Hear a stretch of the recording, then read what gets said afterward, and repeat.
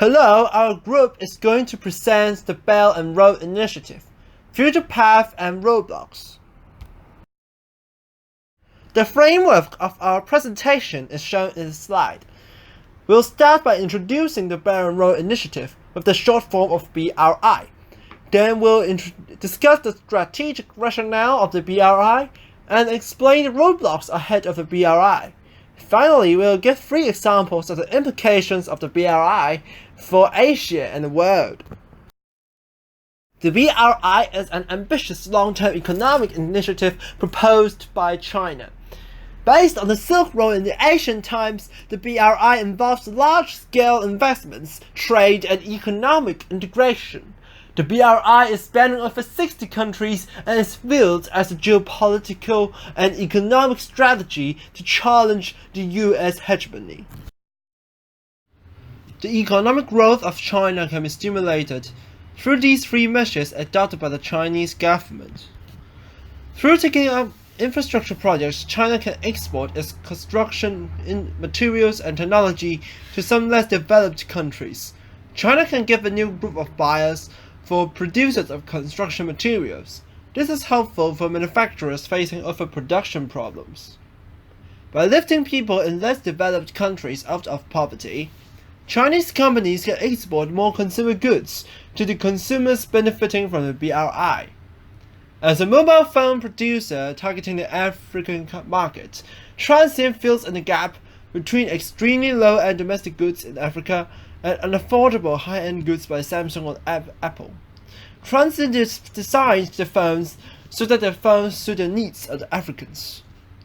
The BRI opens up opportunities for Chinese firms to conduct mergers and acquisitions.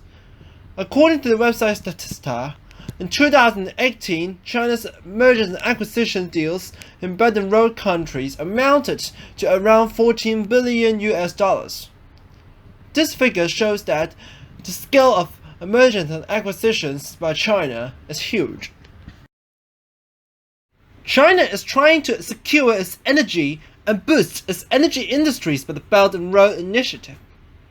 China has been establishing ports and strategic locations or choke points along the oil transportation route from the Middle East to China. At the same time, the China Central Asia gas pipelines have delivered over 23 billion cubic meters of natural gas to China in the first half of 2019. The pipeline passes through the 2 countries, shown on the slide, linking up with China's west-to-east gas pipeline in Xinjiang. Moreover, China has been exporting power plant technologies. A notable example is solar panels. Research reveals that the competitiveness of Chinese solar panels shot up from 2007 to 2016. The Belt and Road Initiative is a challenge to US hegemony. Chinese companies are benefiting much from the BRI and may challenge the dominance of US companies on certain industries. For example, Huawei and ZTE are getting deals with BRI countries to build telecommunications networks. Transsion mobile phones are dominating the market in Africa. Chinese nuclear enterprises have more updated knowledge on nuclear technology than the US. Chinese solar panels are overtaking the US in the global market due to the cost-effectiveness of the Chinese solar panels. All these phenomena reveal that the BRI is challenging the widespread US influence around the world. Although the BRI has brought so many benefits for China and some related countries, some underlying problems exist. Debt traps are the most commonly mentioned problem associated with the BRI. A debt trap is defined as a situation in which the debt is difficult or impossible for the borrower to repay. A few countries suffer from debt traps due to Chinese loans. As poor countries do not have enough financial power to build the BRI projects, China often lent huge amounts of money to poor countries with undisclosed terms. However, the poor countries often need to wait for ages before the projects are completed. After completion, the economic benefits brought by BRI projects may not be enough for the governments to pay back the loans. critics believe that the poor countries facing debt traps may need to compromise on demands made by China. Chinese enterprises have been funding lots of dams in Laos. Shockingly, due to the construction of just one single dam, dozens of villages were demolished. Residents had to be relocated inadequately with insufficient compensation. The dam building has destroyed the local communities near the dams. In economic terms, the debt of Laos has reached 70% of its GDP. Nearly half of the national debt is from China. This signifies that China is the major cause of the debt burden of Laos, and a debt trap is emerging. Worse still, the dam building has been hurting the agriculture downstream, leading to the economic loss of $7 billion. Laos is not alone when it comes to debt traps by China. 7 other countries are heavily affected by the BRI debts. They may have no choice but to adopt China policies to persuade China to write off the debts. Under the BRI, the Chinese government have lent a lot of money to Sri Lanka. Construction projects include an international airport, a cricket stadium, and a Hambantota port. The Chinese government has funded the construction of the Hambantota port. However, Sri Lanka was unable to repay the debt to the Chinese government in 2017. Sri Lanka signed an agreement to lease the ownership to China for 99 years. This way, China could earn a profit by using the port. This shows that the BRI stumbled upon another roadblock. The poor countries may be afraid to fall into debt traps and therefore unwilling to cooperate with China on BRI projects. Apart from the accusations of debt trap, China also receives opposition from the US on the BRI. Being a geopolitical rival of China, the US does not want China to elevate its economic status. To avoid China from challenging the US hegemony, the US suppresses China's BRI in 2 dimensions: technology and energy. The US has been banning Huawei from adopting core US technologies, such as the Android system and quantum chips. Some African countries fear that the internet infrastructure built by Huawei may be hard to repair and operate if Huawei crumbles due to the trade war.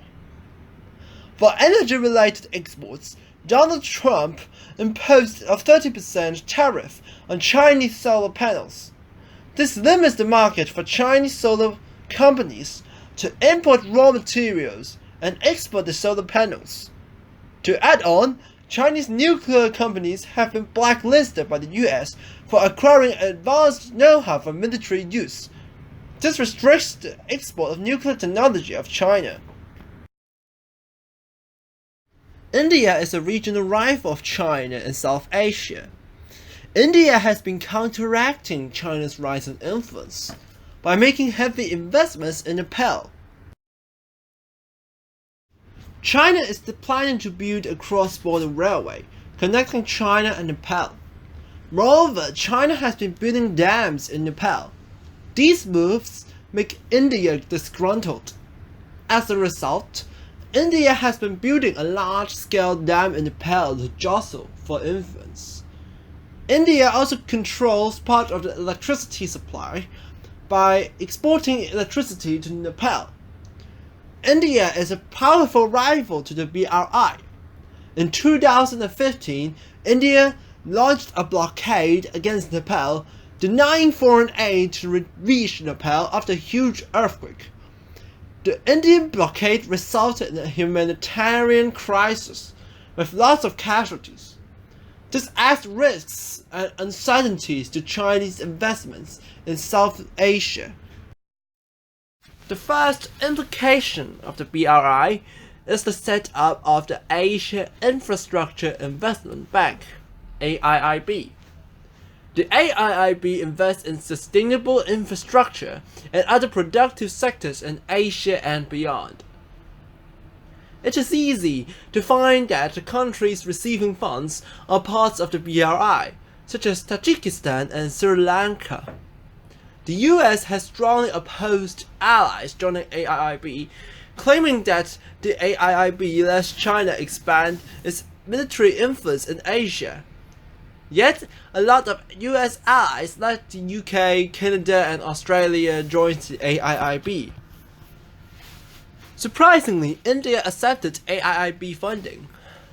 Being a rival of China, India is still the biggest borrower of AIIB in 2019. In addition, the AIIB is the international bank with the second largest membership, after the World Bank. It is considered that China establishes the AIIB to challenge institutions led by Western countries, such as the World Bank and Asian Development Bank, and challenge the US hegemony. A concern on the BRI is that China promotes its concept of cyber sovereignty. China claims that countries should have the right to develop their own models of cyber regulations and internet public policies.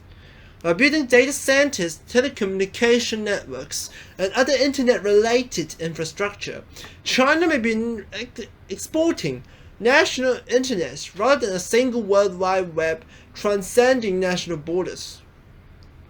It is worried that governments can cooperate with China to censor websites damaging their national interests.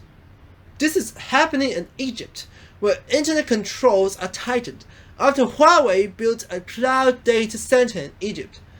Critics are wary of the Chinese investment on the internet due to the BRI. Apart from economic and social problems, environmental problems are present as well. While China is a key participant in the Paris Agreement, China has been funding coal-fired plants in Belt and Road Initiative countries. Chinese banks have set aside $36 billion for 102 gigawatts of coal power in 23 countries. In 2018, around 20% of Chinese foreign investment was spent on coal. The Chinese-funded coal power collectively polluted more than Spain. Coal power releases enormous amounts of greenhouse gases, exacerbating climate change. Foreigners think that China should cut down its investments in coal industry. Moreover, the production of Chinese solar panels is associated with water pollution. A wide variety of potentially toxic chemicals are used during the production and cleaning of silicon panels. As China has lax control on sewage from factories, these poisonous substances often end up in rivers and lakes, damaging the ecosystem. Due to the polluted food chain and tainted water supply, citizens' health is harmed.